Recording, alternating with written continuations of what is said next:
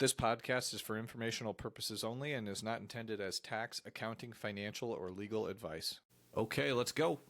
In this episode, I chat with fellow financial planner Danielle Sircamp. Together, we dive into our definition of the sandwich generation, how we think about it, how we define it, and then Danielle generously shares her personal lived experience as a sandwich generation member. Without further ado, let's get into the episode. Thank you, everybody, for tuning in to another episode of the Sandwich Bread Podcast. This episode is actually airing quite early in the journey of Sandwich Bread podcasting, but I thought this was an awesome opportunity to do some table setting for future episodes to come. As a reminder, the Sandwich Bread Podcast is conversations about life and money for the sandwich generation. My guest today is a friend, and she's also impressive. So it works on a couple levels for a conversation. Thanks. I respond to flattery, so please continue. Yep, got it. She's the best. Danielle Sircamp, she's been a financial planner for almost 20 years. Yes, that's terrifying to say, but yeah, I got started in 2006. That's awesome. You got the chops, but you're not so old that you're like looking at properties in Boca Raton. There's something really awesome about kind of building up your confidence and getting to that point. Danielle has a master's in financial planning, a master planner of advanced studies, a financial behavioral specialist, and the creme de la creme, in my view, CFP certified financial planner designation as well. Did I miss any? Well, not to be annoying, but I did just get my certified college financial consultant designation too, which it goes into student loans and financial aid. Some of this college stuff is getting more and more prevalent. And I love the designations you pursued. I mean, particularly the behavioral specialist one. I find that in my work, clients wanting to validate what they think about their finances, and particularly with couples where they're looking to come together with an impartial party sitting in the middle for the sake of the health of their relationship in a lot of cases. So yeah, how do we actually live and interact with money, and how does it make us feel on a day-to-day basis? Because nobody makes the purely rational financial decision every single time. And so, you sense resistance to putting money in the market or holding too much cash or spending money or saving money or whatever it might be. These things get difficult. I think it's important that we understand as advisors, what do we do when there's discomfort, so that we're still honoring those feelings, but also sort of growing that idea of, is there another side of this that I might not be thinking about? That's powerful. Obviously, everyone has their own journey with money. Have them fill out a risk tolerance questionnaire, and I'm shocked at the results at times. I'll see people that are way different, and then you ask them about it and say, tell me about this. And you learn their a little bit of trauma or a little bit of weirdness or friction in their background around money, and either too much of it or too little. And it really sets them on a path for the rest of their life. Yeah. And sometimes it's a push and say, you got to spend. You got to spend on this. You got to do it right now. Get to it. Exactly. Well, we always feel like our decisions are logical, and it may not always be the optimal thing in that moment. And so that's where we can be. But at the same time, I think it's important to honor that people are not irrational. It's like, you have a reason, you have a story. Yeah, this is the good work. This is the stuff I love. Being empathetic and impartial. Really, I have to really check my values at the door. You have to separate yourself from the advice and be impartial and be pro client. Yeah, I could chat about that forever. So yeah. The main reason though I wanted to have her on this week was when we were talking about who you serve. And really, it seems like it skews toward 30s, 40s, really that fit that sandwich generation avatar. So let's get into that. Let's do it. All right. So let's start by acknowledging, and you can challenge me on this, that it's not really a cohort, the sandwich generation. It's really more of a rite of passage. Each generation experiences the sandwiching effect. But I want to start by asking you how you define sandwich generation. Yeah, I mean, I think bottom line, my definition is a family member, right? I mean, ultimately, it is the idea of having, yourself to take care of, and potentially your children, and then potentially an aging parent or another family member. And so that's the sandwich, right? And that can really happen at any age. Yeah. Yeah, I've researched the by the book definition, and it seems to have this immediate family connective component, but I've shifted away from that in part by doing this podcast and having these conversations to more of a caretaker generation phrasing. It's so much more broad than your own personal immediate lineage. If you have someone in your life, a neighbor or a dependent, right? It doesn't have to be your child. It could be a niece. It could be a nephew. It could be any other dependent in your life, because it doesn't take much beyond your own personal needs and finances before the burnout and the stress and the strain is real. Definitely extend it to that chosen family that we all have that goes beyond kind of our own bloodline, like anybody that we want to take under our wing to some degree. Yeah. I love that. And in your own clients or people in your life, maybe share a little bit about what you see. It's a lot to take on. It's almost like taking on an unpaid part-time job on top of your already busy life. And it's also things that most people haven't necessarily dealt with a lot, hospital visits, it's assisted living. I went through it myself, taking care of my grandmother who was diagnosed with lymphoma. And then shortly after that, mild cognitive impairment, which is sort of early stage dementia.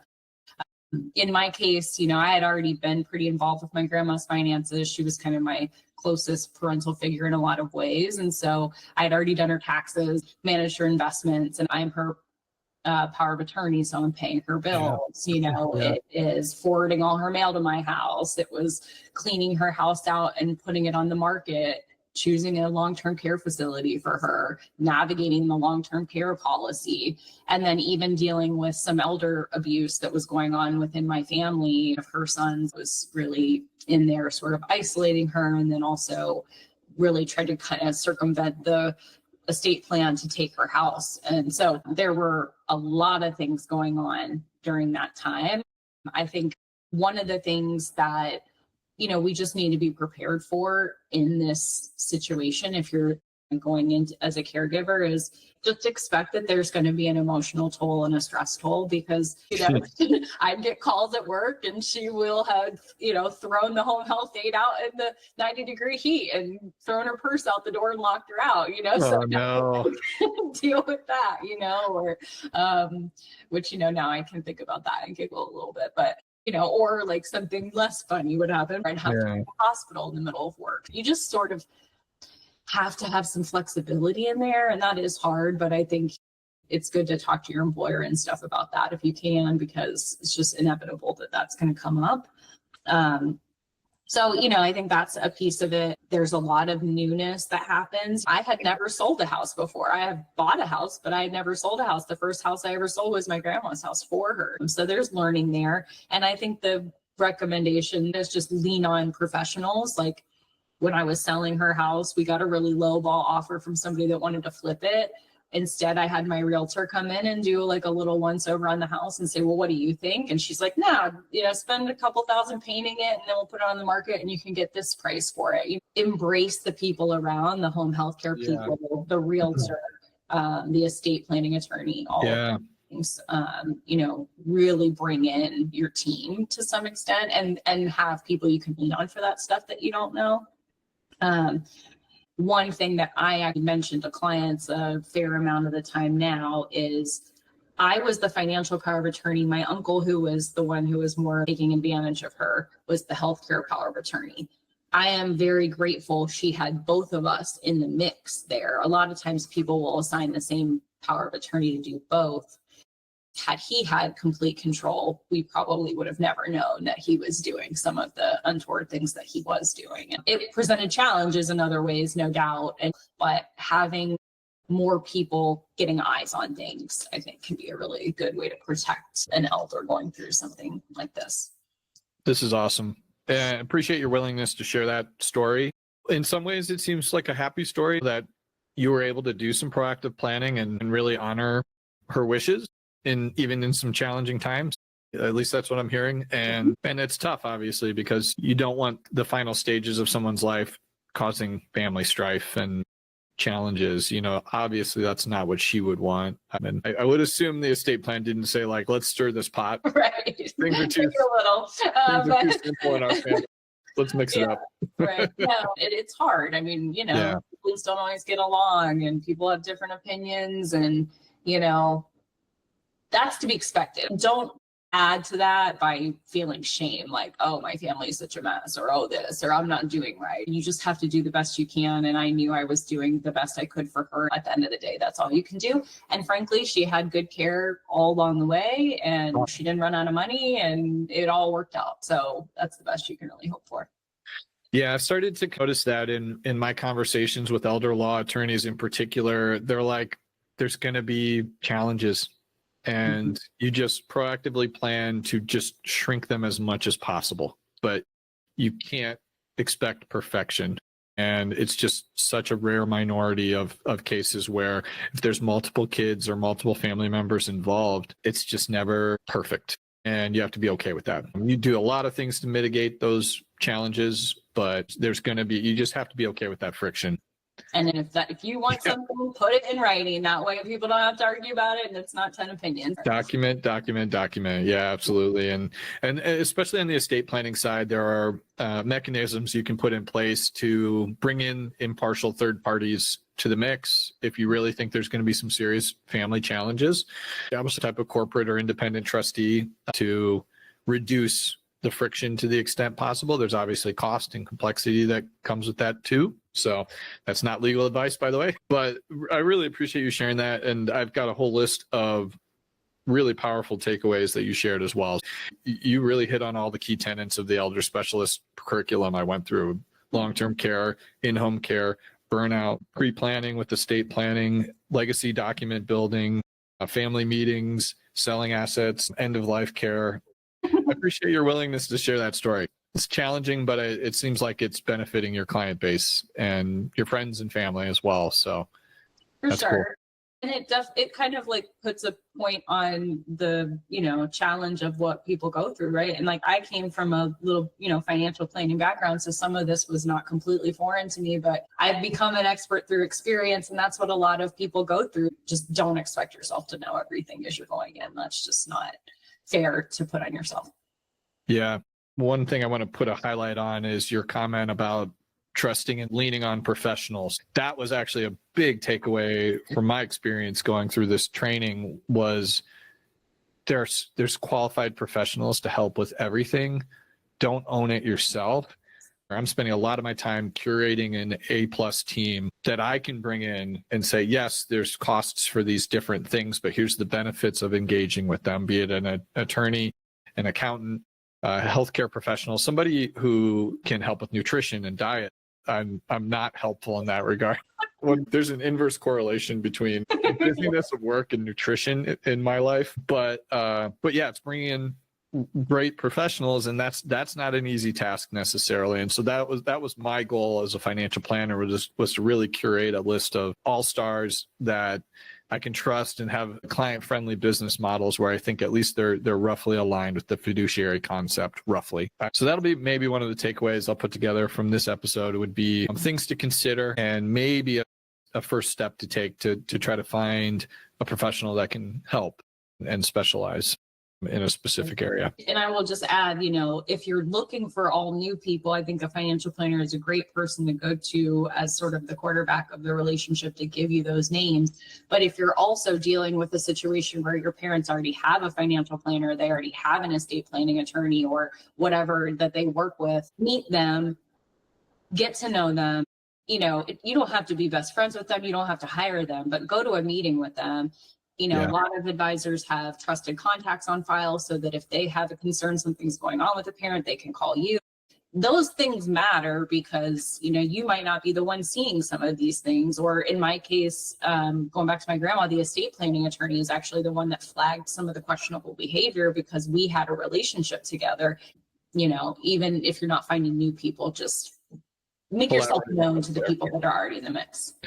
Uncomfortable having these conversations and guiding this journey for somebody who might be resistant to it. So meeting them where they are with their professionals is a great idea because they've already put in the time and energy to build trust with those people. So why disrupt that? Danielle, this has been incredible having you share your story. And then from that, we've really transitioned the dialogue to good takeaways and things that you can do. But this has been really cool because we've taken a minute to define sandwich generation, how we view it, and that sets the table for future podcast episodes. Dug into Danielle's story, which I think is really cool and powerful, and have some good takeaways. But Danielle, is there anything else you wanted to add while I've got your valuable time?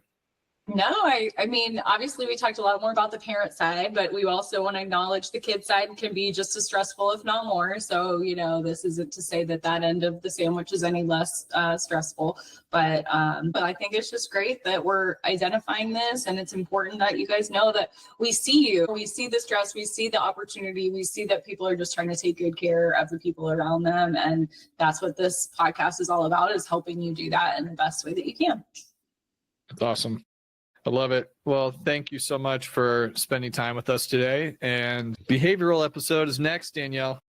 Teaser, come back. You're in the workflow. You're in the system. Right. Should we eat a sandwich to kick off the episode or talk sandwiches for a minute or two? I was like, I can't draw a clear enough connection from A to B. How do I get to eat all the sandwiches that I want to eat? And then we'll pivot to aging parents. Yeah. I'm still working on that connective component. There's a teaser for the next episode, but thank you so much, Danielle. This has been really great. I've loved having you on, and hopefully we can get you back again. And thanks for being so open again with your story. I know that's not always easy, but it's certainly helpful for the audience. So appreciate it. Happy to be here, Tom. Thank you. Awesome. All right. Thanks so much for tuning into today's episode. As mentioned, be sure to check out the show notes at sandwichbreadpod.com for your very own copy of a caregiver's contact list. We'll be back again soon with another episode. Have a great day. Twin Robins Capital is a registered investment advisor offering advisory services in the states of Missouri, Indiana, and in other jurisdictions where exempt. Registration does not imply a certain level of skill or training. Twin Robins, its owners, officers, directors, employees, subsidiaries, service providers, content providers, or any third-party affiliate do not offer the sale of securities or other investments. This podcast is for informational purposes only and is not intended as tax, accounting, financial, or legal advice. This is a Twin Robins production. I think we nailed it.